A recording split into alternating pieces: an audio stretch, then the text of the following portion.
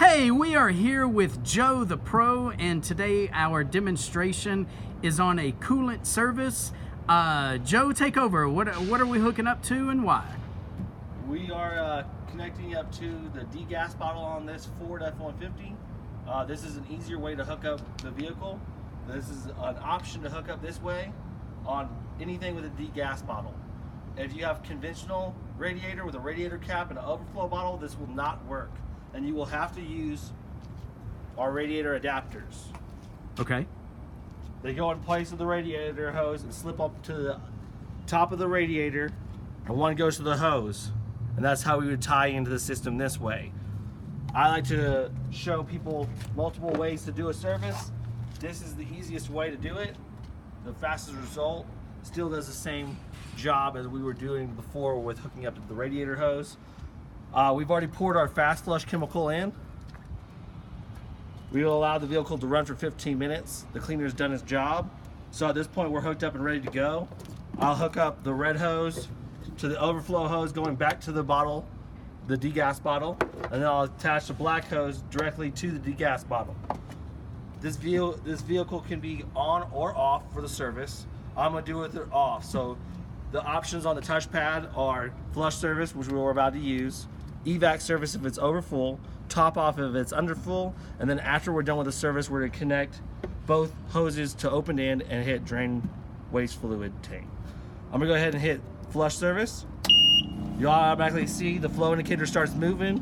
We got good line pressure, and if you look at the degas bottle, you can actually see the new coolant entering in to the degas bottle, and it's actually pulling the old coolant out through the red hose. And is this one of the services that you can tell the progress based on the sight glasses? Yes, sir. You got a new and used fluid sight glass at the front of each tank. You can measure in exactly how much product you want to flush through the vehicle, and that's as simple as that. So how much coolant and what have you do you put in the new tank? In the new tank, I will start by putting 1 gallon of raw coolant. Then I'll pour our cooling system treatment inside the new tank, and then I'll top it off with 1 gallon of water to get my 50-50 mixture of coolant and water along with my coolant additive. And as a former certified technician, why would it be a good idea for a customer to do this service? It can save a costly repair in the cooling system. It can save the water pump from getting damaged by debris from calcium buildup. That usually will take out the fins of the water pump, and then that's what will leave you stranded on the side of the road. Now, something for our viewers that I have said on other videos, but I will state again. If this service is performed on your customer's vehicle prior to 50,000 miles, the customer gets a 30,000 mile warranty of up to $4,000 of coverage on essentially anything that coolant touches other than a thermostat. So Joe, you talked about water pump. What are some other costly items that could fail that our warranty would cover? Fan clutch on older model vehicles can go bad.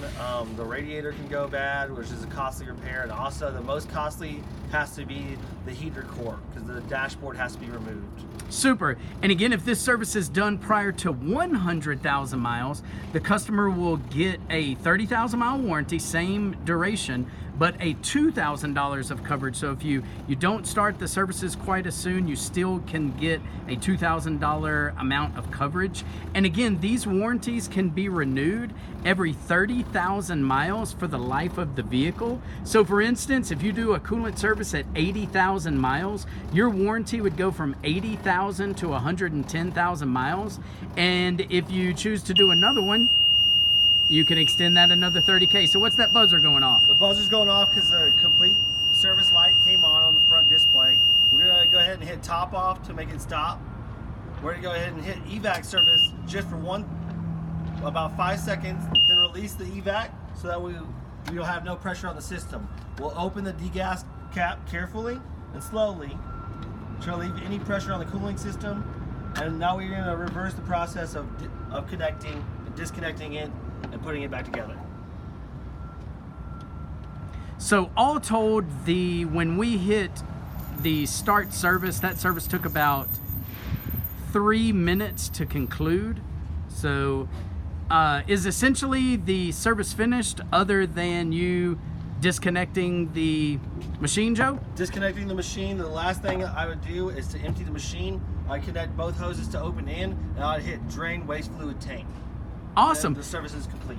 Well, that is a way to do a coolant service, and as Joe has shown you, it is a fairly simple way to do it. So if you have any questions or you want this at your dealership, please reach out to your local MOC Central representative. Thanks again. This is Mitch and Joe the Pro. Until next time, you guys have a great day.